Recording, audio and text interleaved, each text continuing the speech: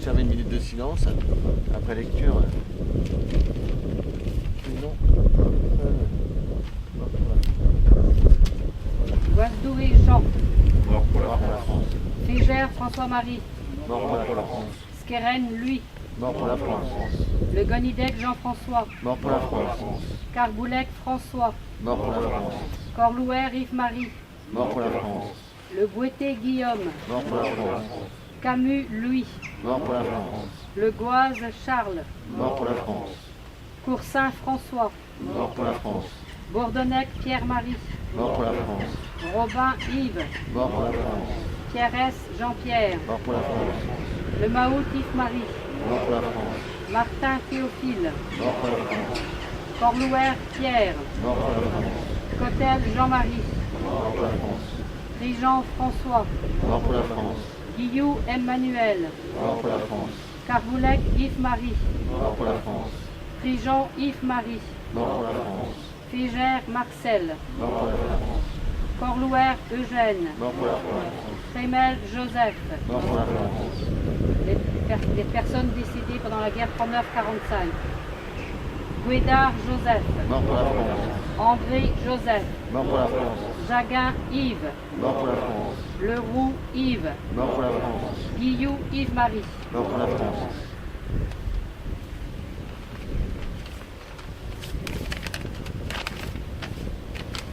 Clément Frison Roche. Mort pour la France. Benjamin Gireux. Mort pour la France. Nicolas Mégard. Mort pour la France. Pierre-Emmanuel Bockel. Mort pour la France. Alex Maurice. Mort pour la France. Julien Carrette. Mort pour la France. Romain Salès de Saint-Paul. Mort pour la France. Romain Chomel de Jarnieux. Mort pour la France. Alexandre Protin. Mort pour la France. Valentin Duval. Mort pour la France. Antoine Serre. Mort pour la France. Jérémy Lezy. Mort pour la France. André Ijouk. Mort pour la France.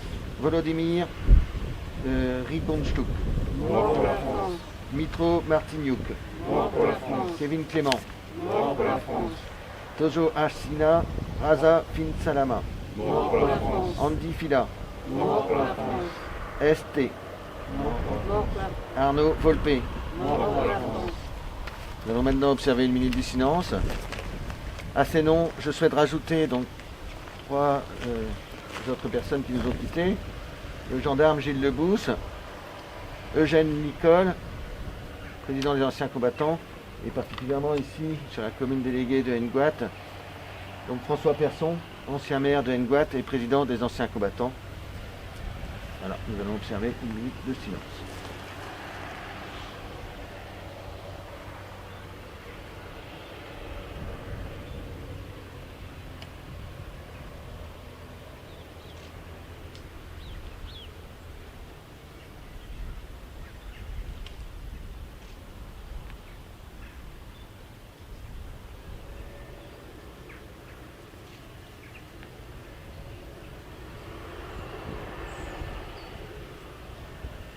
Merci. Drapeau. Honneur au drapeau.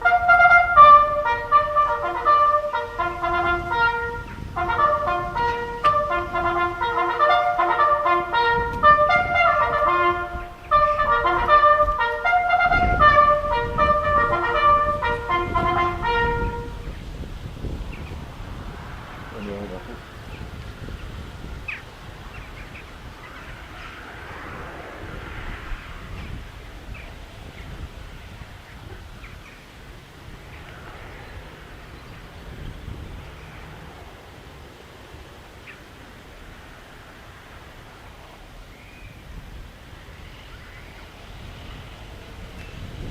Le message de l'Union française des anciens combattants.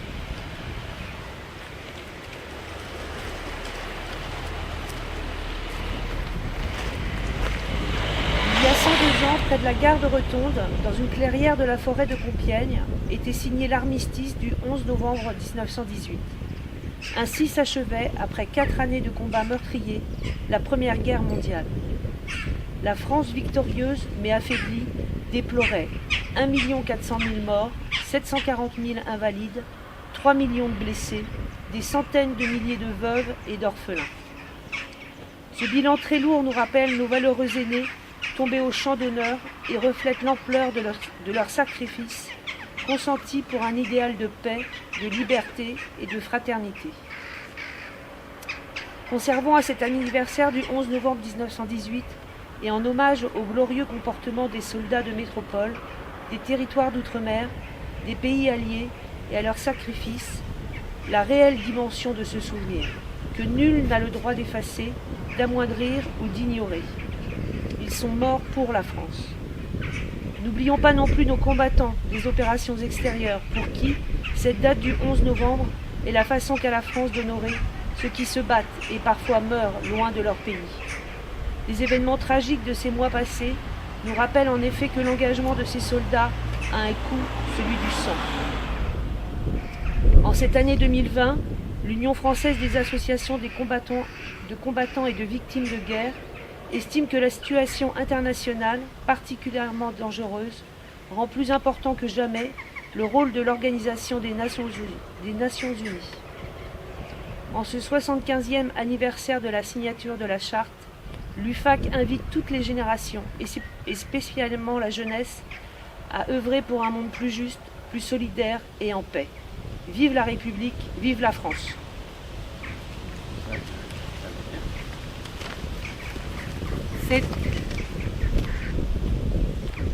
C'était il y a un siècle. Ce 10 novembre 1920, la Grande Guerre est achevée depuis 2 ans. Dans la citadelle de Verdun, Auguste Thym, soldat de 2e classe et pupille de la nation, dépose un bouquet d'œillets blancs et rouges sur le cercueil d'un soldat. Un parmi tous les combattants des Flandres, de l'Artois, de la Somme, du chemin des Dames, de Lorraine, de la Meuse. Un de ces braves, un des poilus qui participa à une interminable guerre. Un de ces Français qui œuvra à la tâche incommensurable de la victoire. Un parmi des milliers qui est devenu le soldat inconnu. Le 11 novembre 1920, le peuple de France l'accompagne solennellement sous les voûtes de l'Arc de Triomphe. La patrie, reconnaissante et unanime, s'incline respectueusement devant son cercueil en saluant la mémoire de tous les soldats morts sous le drapeau tricolore. Quelques mois plus tard, il était inhumé. Depuis 1923, la flamme du souvenir veille nuit et jour sur la tombe. Chaque soir, elle est ravivée pour que jamais ne s'éteigne la mémoire. La sépulture du soldat inconnu est devenue le lieu du recueillement national et le tombeau symbolique de tous ceux qui donnent leur vie pour la France. Cet anonyme représente chacun de nos morts et tous nos morts en même temps. Cette mémoire vit également dans chacune de nos communes, dans chaque ville et village de France, dans chacun de nos monuments aux morts, dans chacun des cimetières, dans nos mémoires familiales. Elle vit dans l'œuvre de Maurice Genevoix qui entre aujourd'hui au Panthéon. Le président de la République l'a souhaité en l'honneur du peuple de 14-18. Maurice Genevoix n'entre pas seul dans le temple de la Nation. Il y entre en soldat des éparges, en écrivain et en porte-étendard de ceux de 14. Il y entre avec ses millions de frères d'armes, ceux dont il a immortalisé le souvenir, l'héroïsme et les souffrances. Il y entre avec toute la société, de la première ligne à l'arrière, mobilisée face à l'adversité et qui a tenu avec une admirable endurance. 8 millions de soldats combattirent sous les couleurs de notre drapeau. Aucun d'entre eux ne revint totalement indemne. Des centaines de milliers furent blessés dans leur chair comme dans leur âme. 1 400 000 tombèrent au champ d'honneur. Nous ne les oublions pas. Inlassablement, nous les honorons. Chaque 11 novembre, la nation rend également un hommage solennel à tous les morts pour la France, ceux d'hier et ceux d'aujourd'hui. Chaque année, nous rappelons leurs noms. Chaque 11 novembre est un moment d'unité nationale et de cohésion autour de ceux qui donnent leur vie pour la France, de ceux qui la servent avec dévouement et courage. en ces instants, au souvenir des événements passés et aux prises avec les épreuves de notre temps, nous nous rappelons que c'est tout un peuple, uni et solidaire, qui fit la guerre, qui la supporta et en triompha. Nous allons maintenant écouter un poème des enfants du RPI de la Rotarienne de Meaux. J'avais juste 19 ans quand j'ai reçu ma lettre. J'étais fière et pourtant j'avais peur de promettre. De promettre de revenir sain et sauf à mes parents qui, me voyant partir, étaient tout larmoyants. Qu'allais-je donc devenir loin de ma vie et comment allais-je agir seul face à l'ennemi?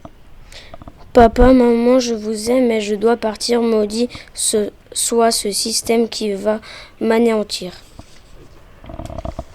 Fabienne Berthomier. Merci. Alors, sonnerie aux morts.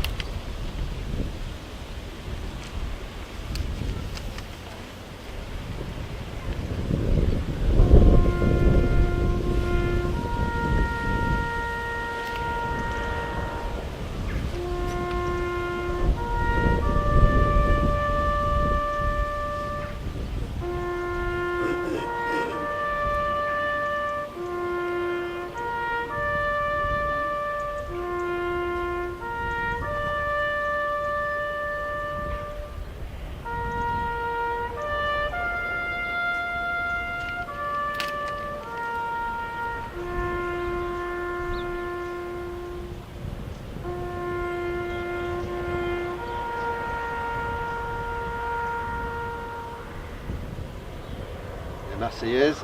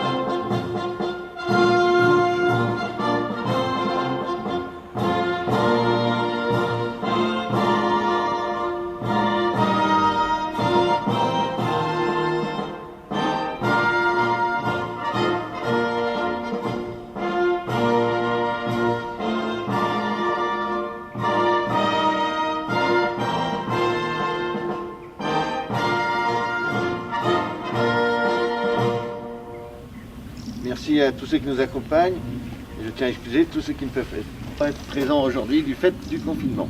Nous allons maintenant nous rendre à Pommery jeudi.